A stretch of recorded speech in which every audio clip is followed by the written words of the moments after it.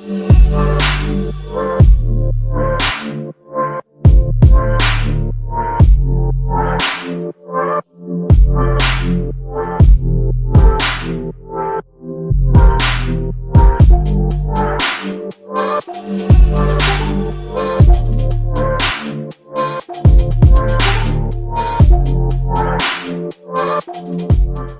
and welcome to SULKNATIONtv. Hello. Hello. In this episode, I'm slowing down quickly because I didn't realise it was a red light. Ooh! But what car are we in? Mistake. But what car are we in? I don't know. I mean, it's wider. It's wide. 4 doors. It's long. Black. It's long, black and white. Typical, you'd go there, Ed. We're in the Accord. Yes. So About bloody time, mate. something went right, and what went right was replacing the radiator. It went right. Yeah. for a change. Yeah. Do you remember we got really pissed? Well, I got pissy doing the FN2 one. Yeah. There's no pissy enough about this because being a bigger car, there's a lot more room. Wasn't there? So loads more room. Front bumper didn't need to be taken off. No. And it was a very simple job. And fingers crossed, this is our second outing now since doing the rad. Yep. Fans have been kicking in when they should. Yep. No overheating problems. I think we're going 90 degrees max. Yep. And it's going back down to 80ish, isn't it? Well, this is it. So basically, when I was at work, Ed was off, and Ed stripped the car out, stripped the old radiator out. Yeah. You know, got all that done. And when he'd done that and he drained the radiator, there was a concern. Yeah. Picture of your old rad here. Yeah. Over my face again because you could see through it. Yeah. The recycling bin at the back of it. Which you shouldn't be able to see through a rad. That's not ideal. So the rad was absolutely fucked. Absolutely fucked. But that wasn't the biggest worry, was it, Ed? So when you drained it, yeah. When there was a suspicious mixture of fluid. We had Milky Way deposits in because we had a brand new drain pan, didn't we? Yeah. So it wasn't any contaminants from that. Nope. When I started draining the old coolant after about 5-10 minutes when it had settled. Oh, stop! Exhaust sound. Exhaust sound. You ready? We love this place. And it's just no sound. And it's no sound at all. And it's just like a 9-to-5 daily commute. Yeah. That's exactly what it's like. Oh, in fact, I'm going to go this way. Yeah. So I drained the coolant, didn't I? Yeah. Into a nice clean pan.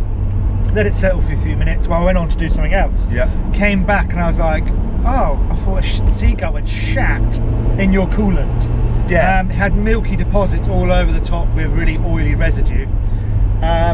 Normally, when you see that milky deposit in oil, worst case scenario, it's head gasket. So I was at work in Plymouth, and Ed messaged me, and my day went from being okay to oh shit. And I started planning for the worst. For me, it was car Armageddon, and my car was going to be fucked, and you know, oh, it's a nightmare. I'm going to have a cry. I didn't have a cry. But we did, both of us, you know, canvassed for second opinions, and as is helpful with people we know who are mechanics and people who are, you know, work on cars like we do. It was a 50-50 split of yes, that's the head gasket, or no, that's not the head gasket. Yeah, because the radiator was so far gone. Yeah. Any sort of contaminant or anything could have got into that system. It could have. So. Well, obviously we put the new radiator in, a nice new Exo Racing EP3 hose, which you managed to fit. Yep. Thank you guys, Exo Racing. We've still got a lot of those pipes to try and fit on this car. Which will be the next episode of the road to JDM Combe. Combe. So Akuma Matata. da, da, da, what a wonderful day. Hello, my darling. I mean, you sound a bit like Nelson Mandela there, Ed. Hello, sir. Oh, God, no. Nelly Mandela, Nelly. Oh, right. Mandela. Anyway, moving on. So, what was I saying? We were terrified. No, so I put the new rad in, new thermostat, new down. It's as good a place as any to have a little pullover. And we did 2 engine flushes with was it Holt's engine flush product? It was, yes. And deionized water. Yeah. So we did 2 cycles of that. We did. And that's with the new rad in place. And every cycle, the water that came in was actually quite clean, and there was no oil in that. It was extremely clean. Which signs all point to, it was the rad that was getting contaminants in. The rad was so fucked, and the picture's up again now. The rad was so fucked that it's like the paranoia that it was the head gasket would have been even worse if the rad wasn't as screwed as it was. But you know, weirdly, Ed and I changed characters for a moment, because I was more optimistic and Ed was pessimistic, whereas normally I'm a little bit, I'd like to say, realistic, and Ed is a massive optimist, and Optimus Prime. Optimist Prime, but Ed was really, really optimistic that it was, no, pessimistic in this situation. I was pessimistic. I was glass half empty. Yeah, you were 100%. It's the the head gasket, mate. It's the head gasket, and I was like, just because I'm it can't be the head gasket. And he was like, it's the head gasket. And I was like, it can't be the head gasket. And that went on for ages, just through message, really. We were like, oh no, it's going to be fine. No, it isn't. Yeah, it is. No, it isn't. And then when we actually went to change it, as Ed said, we flushed it a couple of times and everything was fine. And then we did a test drive. Yes. And it was fine. And one of the best things about changing that rad, it's only a Nissan's rad, so it's Almera. No, Nissans, not Nissans. It's essentially OEM replacement stock, really. But I could have got a Koyo rad. I didn't, thankfully, because I couldn't afford one. Although I did get an amazing price from Matt at Talk GT, so thank you again, on the Matt. Koyo one. Yeah, on the Koyo so that could rad. be a future one we could upgrade. Yeah. I mean, it's a thicker radiator. It's a higher performance radiator. So, but I couldn't afford it at this point. No. But so I've got a Nissan's rad in there. Got a Nissan's thermostat. I think it's a Nissan. No, it's a Honda authentic. It was OEM. Yeah, OEM, it was OEM thermostat. Straight from China, OEM. And Ed, who had bought for his radiator in the FN2 a Mishimoto fan sensor. Yes, that didn't fit. It fit my rad. Ooh. So, and it operates at a cooler temperature, which we kind of hinted about earlier in the video.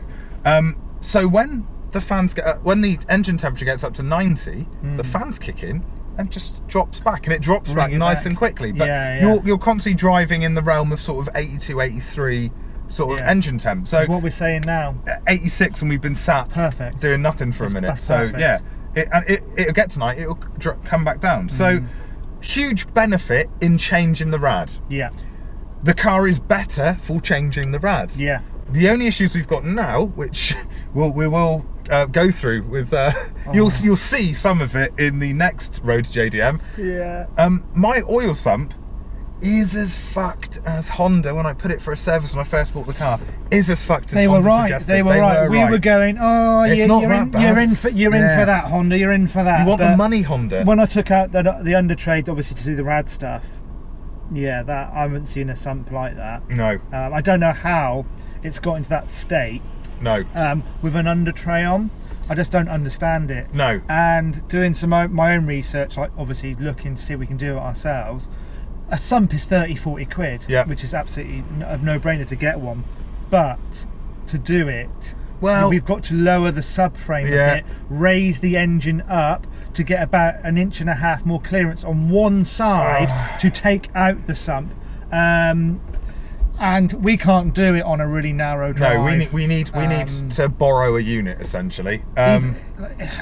We need a unit with a lift. I don't think you can do it on axle stands alone. You can't do it. No, you're probably right. Because it's the subframe down. Engine has to be hoisted up. Yeah.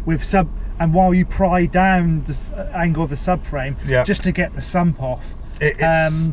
I'm probably confident I can do it. Yeah. If it was on a proper ramp, like at Dale's or somewhere else. Yeah, I think we hopefully some of our friends. Honda friends.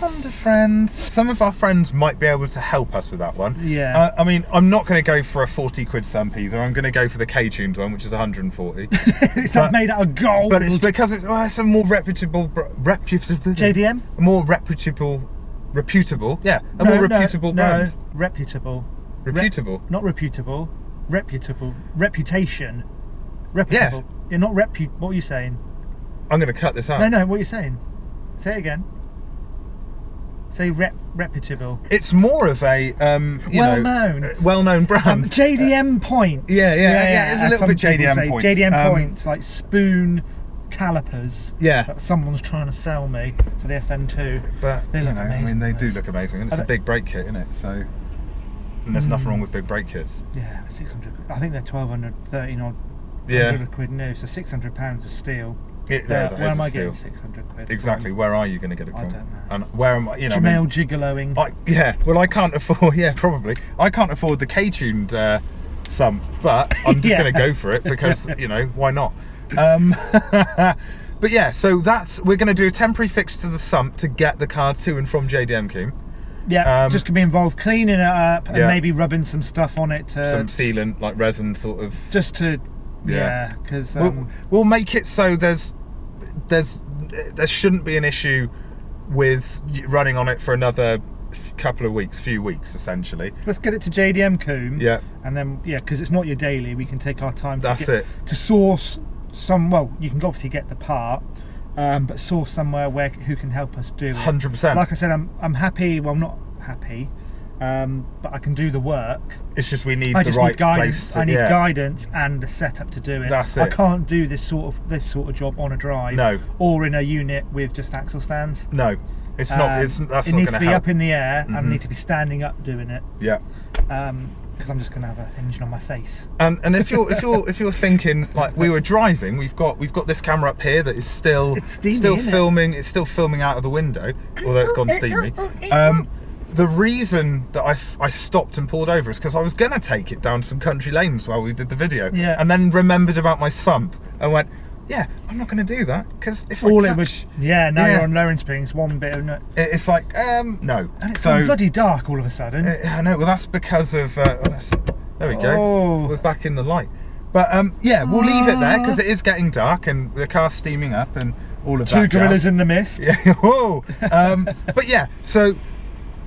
Yeah, we've got things to do. We've got some more videos coming in the road to JDM Combe. I'm going to say, without giving it away, there's exciting news on the horizon. We've had some phenomenal news. Yeah, so, phenomenal, game changing 100%. So and we really appreciate it. It's all the support we're getting is fantastic. Yeah, it really is. Subscribers, we're approaching fast 1,000, so 1,000 for Christmas. Yeah, there'll be some giveaways, and I think.